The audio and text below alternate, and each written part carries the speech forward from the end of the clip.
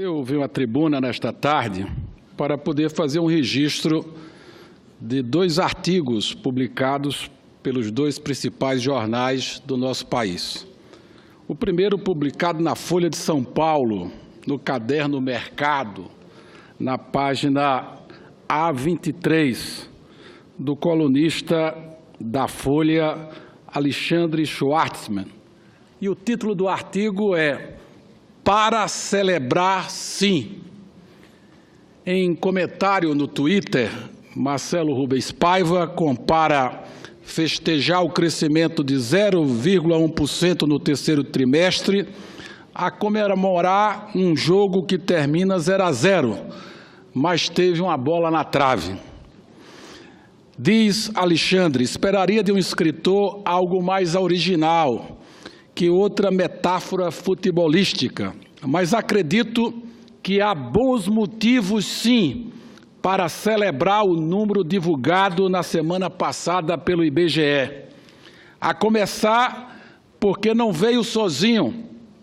O IBGE revisou as estimativas do desempenho da economia no primeiro trimestre, de 1% para 1,3%, e no segundo trimestre, de 0,3% para 0,8%, revelando uma economia bem mais dinâmica do que se imaginava. Ao longo dos 3 trimestres, a economia cresceu a uma velocidade média próxima a 3% ao ano.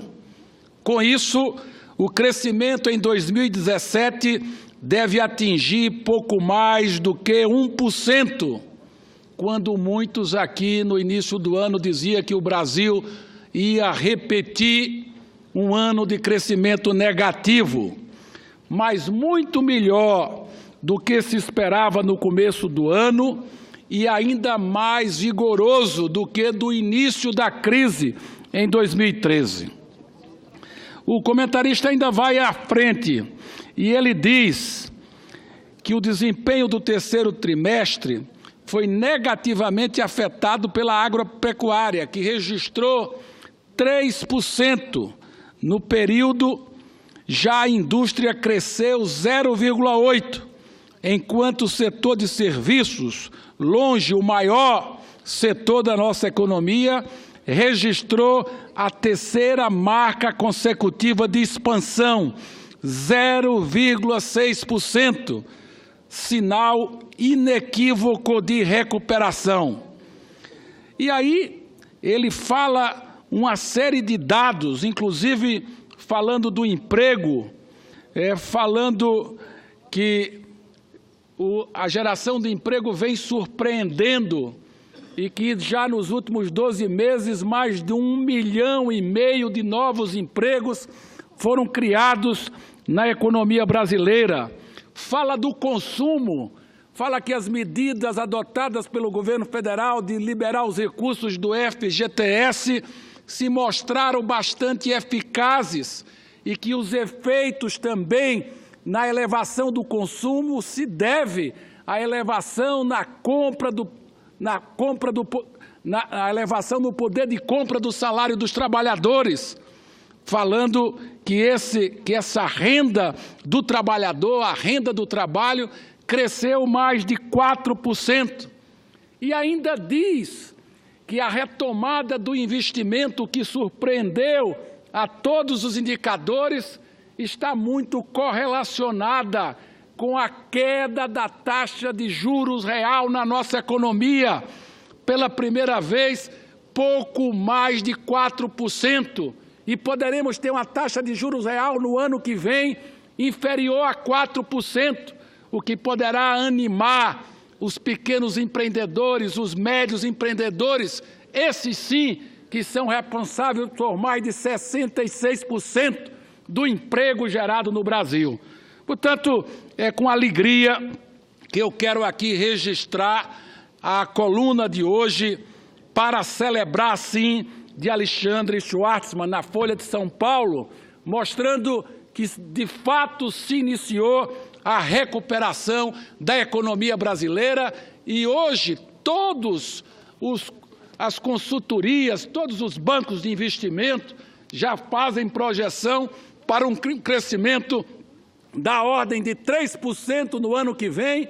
E, senhor presidente, estimativas de geração de emprego de janeiro a dezembro de 2018 na casa de 3 milhões de novos empregos. Mas não é só o Alexandre. O outro jornal, um dos mais importantes jornais do Brasil, o jornal O Globo, na coluna da Miriam Leitão, o título da coluna dela hoje, O Começo da Volta, falando, portanto, da retomada da economia brasileira, dizendo ela que a produção industrial em outubro ficou 5,3% maior do que a de outubro do ano passado. Mas lembrando que ela está ainda 17% abaixo do melhor momento. Mas ela lembra, a queda do crescimento industrial já chegou a 21%, já reduzimos para 17%, e com o ritmo que está se observando na economia brasileira, nós vamos recuperar toda a riqueza perdida na maior crise econômica da história desse país, que foi consequência de uma tal de nova matriz econômica que se implantou nesse país e levou o país à bancarrota com a grave responsabilidade fiscal e que desempregou 14 milhões de brasileiros. Portanto, eu quero aqui registrar com alegria os dados da economia divulgados semana passada e que vêm sendo agora reconhecidos pelos mais importantes colunistas da área de economia do nosso país. E para encerrar, senhor presidente, queria também fazer aqui um pequeno comentário sobre o Repetro. Não é verdade que o Repetro signifique uma renúncia fiscal de R$1 trilhão, como foi apontado por um trabalho apressado, assodado da consultoria econômica da Câmara dos Deputados. Já debati isso na Comissão de Assuntos Econômicos, já levei nota da Receita Federal do Brasil. Impossível chegar a esse número, porque o Brasil teria que produzir quase que 3 vezes mais o que hoje produz para alcançar os números que são sugeridos na nota técnica da Câmara dos Deputados. Portanto, o governo está aberto para discutir de forma serena o que significa o Repetro. O Repetro significa a renovação de incentivos tributários que foram concedidos à indústria do petróleo e gás desde o tempo de Fernando Henrique Cardoso, passando pelo presidente Lula, passando pela presidenta Dilma e agora com o presidente Michel Temer, que mudou o marco regulatório do setor de petróleo e gás, que abriu para a participação de investimento estrangeiro, que desaliviou a Petrobras para que não ficasse responsável exclusivamente pela operação das novas explorações na área de petróleo e gás. O Repetro significa 500 mil novos empregos, senador Fernando Bezerra, os sindicatos que trabalham na área de petróleo e gás, pelos investimentos que vão proporcionar investimentos, senadora Vanessa Grazottin, de 30 bilhões de dólares. São 100 bilhões de dólares a mais para que a gente possa recuperar a desastrosa situação da economia do Rio de Janeiro. Portanto, eu não poderia aqui deixar de fazer um comentário. É equivocado dizer que o Brasil vai privilegiar os combustíveis fósseis. Vossa Excelência me concede uma parte.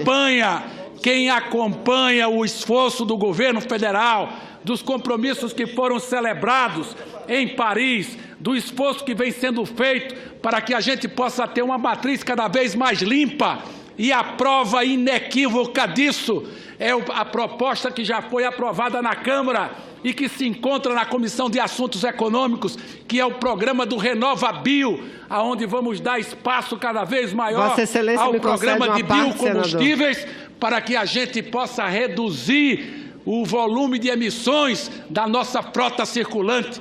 Isso é iniciativa com o apoio do governo federal para que a gente possa aprovar o RenovaBio ainda este ano aqui no Senado Federal. Me concede uma parte, senador. Mostrando, consequentemente, o compromisso por uma matriz mais limpa.